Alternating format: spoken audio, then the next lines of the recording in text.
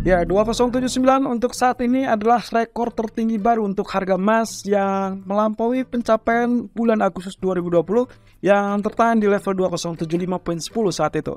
Nah, sekarang pertanyaannya adalah setelah dia terkoreksi sampai 2034 saat merekam video ini, kira-kira apakah kita akan dapatkan pantulan kembali atau memang sudah saatnya dia terkoreksi sangat tajam? Karena kalau kita lihat dari gejalanya, mungkin ada beberapa catatan khusus yang harus dilihat dari grafik daily, tapi juga dari sisi weekly yang harusnya masih mendukung. Nah, lalu kemudian untuk crude oil, ya crash sampai 64 bahkan 63 lalu kemudian rebound ke 69. Ini sebetulnya sesuai dengan apa yang kita perkirakan kemarin, dan seharusnya juga Anda dengan sangat jeli switch strategi menjadi buy di level 64 karena kemarin pun kita memberikan catatan khusus di area tersebut. Kita akan lihat dari sisi teknikal secara lengkapnya, dan inilah awalnya kita akan lihat dari sisi US dollar terlebih dulu. Ya, US dollar terlihat dari grafik daily ditekan turun sampai kurang lebih teritori 101.20, dan ingat kemarin saya sempat mengatakan ada sinyal dari shooting star, kemudian tinggal menunggu apakah dia lanjutkan penurunan, kemudian apakah dia mampu untuk turun 2 kali lipat atau tidak. Ternyata tertahan di level tengah atau level support pertama 101.20. Kita belum lihat di bawah level 101. Nah, sementara kalau kita lihat dari grafik H4-nya, terlihat di sini pun ya sangat jelas ya. Kemarin area yang kita tandai adalah kurang lebih di teritori ini. Ya, kurang lebih inilah yang kita tandai sebagai teritori support pertama dan juga support kedua. Ternyata dia sudah tembus support pertama, hanya saja sekarang sedang mengalami pullback. Nah, tentunya yang ingin kita lihat nantinya adalah apakah dia akan lanjutkan atau kembali dalam tekanan turun, atau justru dia akan lanjutkan rebound sampai teritori 101.52. Karena ini kemungkinan akan relatif lebih ringan data nanti malam, jadi profit taking dari segala penjuru yang mana kemarin sempat mengalami penguatan terhadap US dollar mungkin saja bisa terjadi. Tapi dengan catatan bahwa ini masih tetap dalam jalur penurunan US dollar, apalagi setelah pengumuman Fed tadi malam. Kemudian juga kalau kita perhatikan, pertimbangkan dari US Treasury Yield yang juga mengalami penyusutan ataupun penurunan. Bahkan pagi ini walaupun dia ditutup ataupun dibuka dengan gap up, Anda bisa lihat sini candlenya sedang mengalami penurunan. Artinya dia menutupi gap, dan kita tinggal tunggu saja apakah itu hanya selintas menutupi gap kemudian dia naik, atau justru akan melanjutkan penurunannya. Jadi ini masih tetap dalam tanda tanya, dan kita layak untuk melihatnya sebagai potensi mungkin konsolidasi ataupun koreksi sesaat. Nah, di grafik daily-nya sendiri, sama halnya dengan dolar tadi, dia sedang mengalami pengujian atau retest area support. Jadi kita akan tinggal tunggu karena dia sudah berada di sisi bibir support. Saya rasa masih sangat wajar kalau ada rejection di teritori tersebut. Jadi hati-hati dengan teritori 3,319%. Nah, dengan demikian, kalau kita perhatikan perimbangannya dari sisi pound sterling terlebih dulu, kita sempat melihat arealnya seharusnya dia mengalami peluncuran ataupun penurunan di bawah support, ternyata tidak jadi. Bahkan kemarin pun kita perkirakan akan terhenti di zona tengah ini, ternyata juga tidak jadi, malah dia lanjutkan kenaikan lebih tinggi. Tapi masalahnya adalah sanggup apa tidak dia untuk melanjutkan kenaikan di atas area tersebut. Karena lagi-lagi kalau kita lihat di sini, ini sedang mengalami rejection.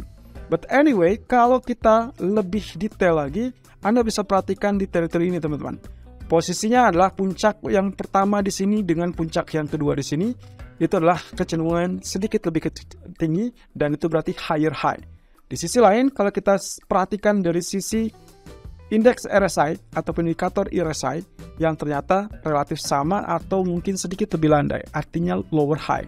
Dan itu berarti menandakan potensi bearish divergence. Seharusnya kita memang sangat layak melihatnya terkoreksi terlebih dulu, dan itulah yang terlihat di sisi 4. Kita andalkan saja area kurang lebih support 1.2520. Artinya skenario buy yang sempat kami share tadi pagi, seharusnya memang ini terdukung untuk terjadi koreksi baru kita lakukan buy di zona tengah. Nah, kenapa kita masih lakukan buy? Karena di sisi daily-nya sendiri kemarin berhasil ditutup dengan bullish. Ya, ini berarti kalau misalkan Anda lihat dari 2 candle, kita anggap ini bullish engulfing. Tapi kalau kita lihat dari 3 candle terakhir, ini adalah morning star. Tapi lagi-lagi, PR utama dia adalah harus meyakinkan atau mengkonfirmasi lebih lanjut untuk tetap bertahan di atas 1.2560. Dan itu akan menjadi PR yang cukup sulit untuk pound sterling. Tapi mungkin kalau memang ternyata momentum terkait dengan pelemahan US dollar masih bisa dimanfaatkan, seharusnya itu akan menjadi pupuk yang cukup bagus. Sayangnya, BOE baru akan melakukan pertemuan minggu depan. Nah, di sisi lain, gold dibuka dengan gap up, teman-teman, pagi ini di angka 2072.43. Tapi perhatikan, teman-teman, ini agak sedikit mencurigakan, karena kalau kita perhatikan ini membentuk area higher high. Sementara di sisi area RSI, dia justru membentuk lower high. Nah, tapi ada satu catatan yang mengirakan, yaitu ini masih dalam tahapan running price. Artinya kita tidak bisa menyimpulkan bahwa itu sudah fix ataupun sudah confirm. Sehingga kemungkinan pun RSI bisa saja malah bangkit kembali. Jadi kita pastikan terlebih dulu sampai at least penutupan sesi New York nanti malam. Apakah dia tetap akan ditutup dengan bearish, lalu kemudian dari sisi RSI sendiri apakah tetap lebih rendah atau tidak? Kalau ya, berarti confirm mungkin kita belum akan mendapatkan rally lebih panjang, melainkan akan terkoreksi terlebih dulu. Tapi harapannya adalah dia tidak kembali turun di bawah 1990. Itulah level 23.6%. Saya belum merubah terkait dengan Fibonacci retracement-nya, 0%-nya masih di 2048. Kenapa? Karena ini adalah masih candle yang berjalan. Ingat bahwasanya saat kita menarik suatu garis ataupun resisten atau bahkan Fibonacci retracement, dilarang untuk menarik area di titik candle yang sedang berjalan atau running price. Nah, kemudian kalau kita perhatikan dari sisi H4, karena kemarin ternyata kita dapatkan penembusan dari triangle, sekarang kita lebih scope-nya lebih tinggi, lebih besar. Ya, saya tarik dari support ataupun area high sebelumnya, ya. Ini adalah di tanggal 20 Maret 2023 sampai second line ataupun titik yang keduanya saya tarik di titik yang 13 April. Dan extensionnya menunjukkan bahwa dia menahan laju kenaikan tadi pagi atau lebih tepatnya pembukaan tadi pagi. Jadi ini sangat wajar. Kemudian garis bawahnya saya pun ambil dari teritori kurang lebih inilah 22 Maret sampai titik keduanya adalah di bagian ini. Dan ini berarti yang terakhir kemarin 2 Mei 2023. Nah, pola apa yang Anda lihat? Ya, kalau saya perkecil mungkin polanya seperti demikian. Ini adalah pola expanding wedge, di mana polanya sebetulnya masih kategori triangle, hanya saja kondisinya adalah dia expand. Expand artinya memendar seperti itu, dan seharusnya ini tanda-tanda dia masih tetap bisa mengalami kenaikan. Tapi dengan catatan, kita masih tetap harus melihat kondisi ini. Satu, yang harus kita pahami, dia tidak boleh tembus teritori yang sebelumnya sempat menjadi resisten. Ya, pertamanya adalah di teritori ini, teman-teman. Sebetulnya ingat, kemarin kita sempat melakukan sell di teritori tersebut, dan itu betul saat FOMC mengumumkan dan bahkan saat awal press conference dari Powell, itu sempat mengalami penurunan sampai kurang lebih 2016. Ya, kita sempat melakukan sell di teritori 2031 ataupun 30-an. Dan ternyata begitu selesai, dia melanjutkan kenaikan, dan inilah yang akan menjadi titik support kita.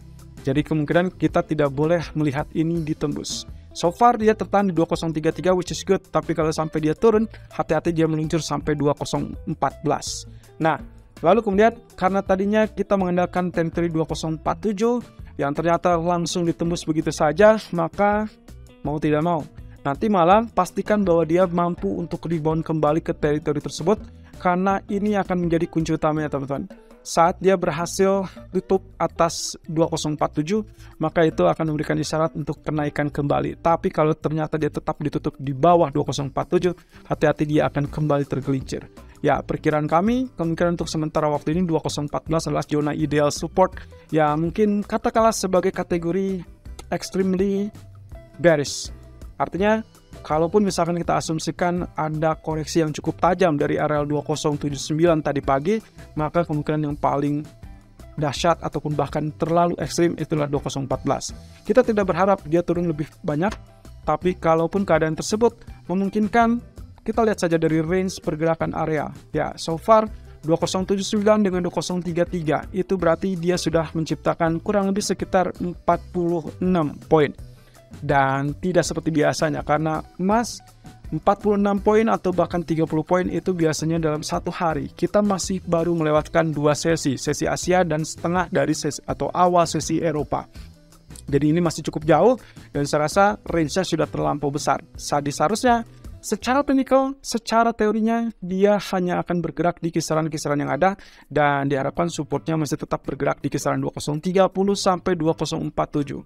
Setidaknya untuk sementara di area tersebut. Nah, terakhir kalau kita perhatikan dari grafik H1-nya, ya, dia sedang menguji teritori 61.8% dan itu adalah catatan khusus. Selama dia tidak tembus, Anda masih tetap bisa lakukan buy dengan catatan mungkin target utamanya hanya sampai 2043, 2051.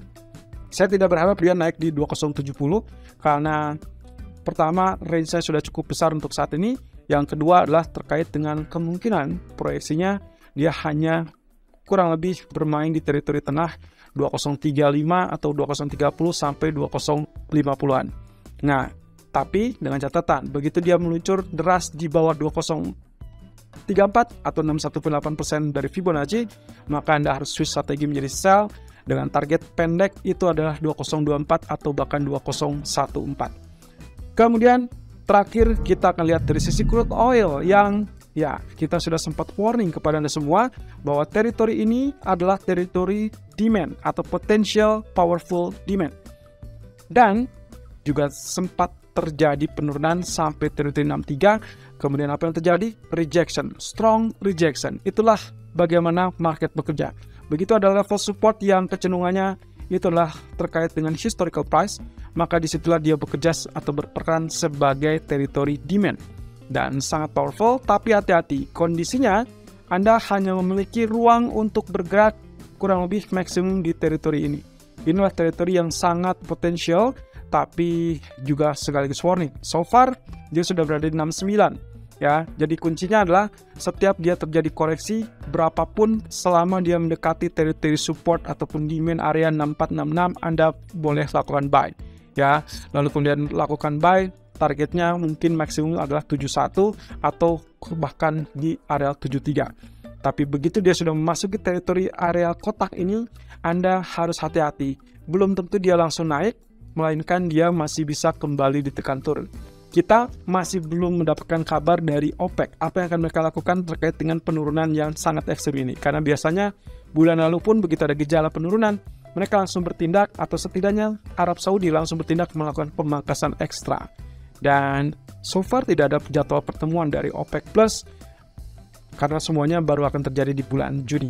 Dan terakhir kalau kita perhatikan dari daily chart-nya, ya ini berarti kita mengharapkan penutupan candle oleh hammer seperti ini supaya besok akan lanjutkan kenaikan dan itu berarti masih punya peluang sampai teritori 71 atau bahkan 73. Ya, saya rasa untuk hari ini kita akan melihat potensi koreksi ataupun profit taking. Tapi kalau berlanjut mungkin bisa sampai besok. Tapi ya harapannya adalah terkait dengan data non-farm baru dia akan memberikan jawaban yang lebih pasti. Apakah dia akan mampu untuk ditutup rebound, dalam arti mungkin akan tetap berada di sisi resisten, terutama untuk emas. Ya, semuanya terkait dengan data ekonomi dan seperti yang disampaikan oleh Powell, semua depends on data. Jadi 1 bulan ke depan diawali dengan data non-farm besok. Jadi kita akan lihat koreksi ini. Saya rasa ini sangat normal dan kita bisa incar sebagai zona buy untuk tipis-tipis saja, tapi kemudian fokus tertuju kepada non-farm. Saya akan lebih skip untuk hari ini, tapi saya akan langsung tertuju kepada non-farm. Kalaupun entry,